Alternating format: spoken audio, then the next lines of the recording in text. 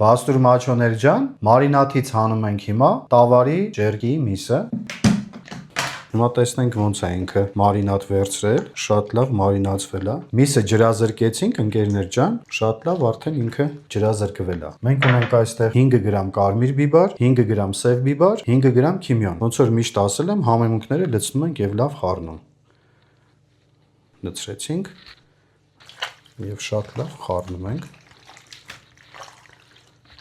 Շատ լավ խառնեցինք։ Հիմա միսը կշարենք ցանցերի վրա եւ կեպենք։ Հիմա միսը շարում ենք, կտորները լավ մեծ կտրել ենք։